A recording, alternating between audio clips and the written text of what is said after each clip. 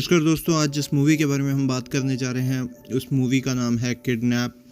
और इस मूवी को मैंने ऐसे ही देख लिया था। ये मूवी काफ़ी अच्छी तो नहीं है बट फिर भी ठीक है, आप देख सकते हैं एक आध बार। ये क्या बोलते, मिनीशा लांबा नाम की एक एक्ट्रेस थी, उनकी मूवी थी जिसमें संजय दत्त साहब थे, उसमें इमरान खान जी थे और ये लोग सभी के सभी थे इसमें। और ऐसे ही करके मूवी जो थी वो चलती जाती थी। तो अब चलते हैं इसकी स्टोरी की तरफ। सोनिया रैना एक उत्साही किशोरी है जो 10 साल की उम्र में अपने माता पिता के तलाक के बाद अपनी मां मलिका और दादी जया के साथ रहती है। अपने 18वें जन्मदिन से कुछ समय पहले क्रिसमस पार्टी के बाद कर्फ्यू को लेकर सोनिया की अपनी मां से तीखी बहस होती है और वह अपने पिता के बारे में पूछती है। हताश होकर समुद्र में दूर तक तैरती है जहां उसे एक आदमी अगवा कर लेता है और उसे क्लोरोफॉर्म दे देता है। उसे एक सुनसान झोपड़ी में ले जाता है जहां पर बाहर जाने का कोई रास्ता ही नहीं है। अगली सुबह सोनिया की मां को अपहरणकर्ता का फ़ोन आता है जो बताता है कि सिर्फ सोनिया के अलग हुए पिता विक्रांत रैना से ही वह बात करना चाहता है, जो न्यूयॉर्क में रहने वाला एक क्रूर और $51.7 बिलियन का अरबपति है। वह भारत लौटता है क्योंकि उसे लगता है कि किसी ने उसके पैसे का बड़ा हिस्सा खाली कर दिया है और मलिका को से फिर मिलता है जो उसे सोनिया के अपहरण और अपहरणकर्ता की मांग के बारे में बताती है। अपहरणकर्ता बताता है कि विक्रांत का पैसा उसके खाते में सुरक्षित है, लेकिन वह इस बात पर जोर देता है कि अपहरण के पीछे का मकसद जानने और सोनिया की रिहाई सुनिश्चित करने के लिए वह कई खतरनाक काम पूरे करे। पहला काम होता है सिस्टर मार्गरेट से माफ़ी मांगना है, जो विक्रांत के अतीत की एक महिला है जिससे उसे ट्रेन में ढूंढना है। जासूस इरफान की मदद से विक्रांत उस महिला द्वारा दी गई एक कविता को खोज निकालता है। इस बीच सोनिया, जो शुरू में विद्रोही थी, उलझन में पड़ जाती है क्योंकि उसे पता चलता है कि उसका अपहरणकर्ता स्वाभाविक रूप से क्रूर नहीं है। उसे घायल करके भागने की कोशिश करने के बावजूद उसे बाद में पता चलता है कि उसका गुस्सा सालों से दबी हुई हताशा से उपजा है। सोनिया को पता चलता है कि अपहरणकर्ता कबीर शर्मा है, जिसका विक्रांत से निजी बदला है और जिस बंगले में वह रह रही है वह भी विक्रांत का ही था। सालों पहले सोनिया और कबीर की कार दुर्घटना के दौरान विक्रांत के कबीर पर सोनिया का अपहरण करने का झूठा आरोप लगाया था। वास्तव में कबीर ने अपने घायल दोस्त को बचाने के लिए हताशा में एक कार चुराई थी। विक्रांत के प्रभाव ने कबीर को जेल भेज दिया, जहां उसे 15 साल तक दुर्व्यवहार और अपमान सहना पड़ा, जिससे बदला लेने की इच्छा पैदा हुई।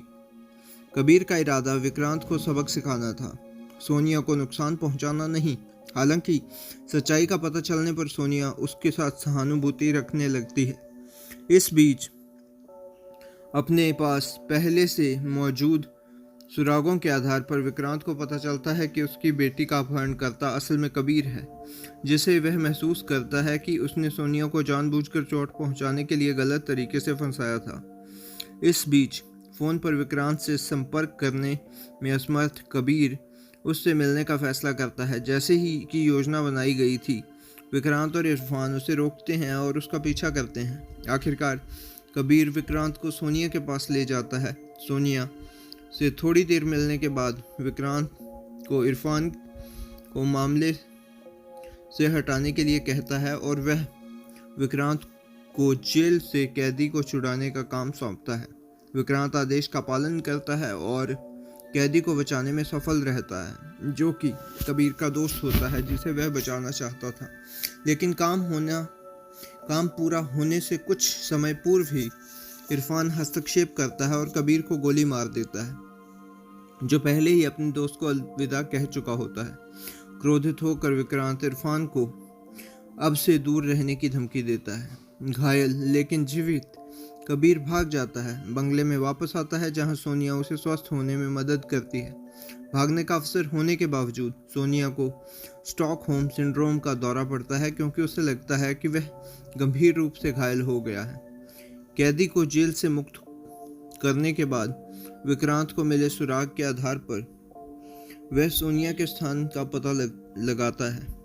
अपने पुराने बंगले में पहुंचने पर उसे सोनिया या कबीर नहीं मिलते, बल्कि इसके बजाय उसे अगला सुराग मिलता है जिसमें विक्रांत को नए साल की पूर्व संध्या की पार्टी में किसी की हत्या करने की आवश्यकता होती है। वह विचार विमर्श के बाद विक्रांत हत्या करता है और उसे पता चलता है कि उसने कबीर की हत्या की है। हालांकि कबीर खुद को जीवित बताता है और विक्रांत से भिड़ जाता है, जिससे उसे यह एहसास होता है कि विक्रांत खुद एक अपराधी है, भले ही सोनिया को बचाने के लिए अपराध किए हों, और सवाल करता है कि क्या कबीर एक अपराधी था जो कारावास का हकदार था, या किशोर जिसे एक निर्दोष गलती के लिए अनुचित रूप से दंडित किया गया। इस अनुमान से प्रभावित होकर विक्रांत कबीर से माफ़ी मांगता है, जो फिर गायब हो जाता है। एक सुराग छोड़ जाता है जो विक्रांत को सोनिया तक ले जाता है। परिवार अंततः फिर से मिल जाता है। एक पारिवारिक समारोह में कबीर सोनिया से अपने द्वारा किए गए कष्ट के लिए माफ़ी मांगने के लिए फिर से प्रकट होता है। वह बताता है कि वह एक सॉफ्टवेयर कंपनी में काम करना शुरू कर चुका है। सोनिया और कबीर सौहार्दपूर्ण तरीके से अलग हो जाते हैं, एक दूसरे को शुभकामनाएं देते हैं। तो ये थी मूवी की स्टोरी, ये था मेरा रिव्यू। मैं मिलता हूँ आपको किसी और मूवी के रिव्यू में, तब तक के लिए बाय।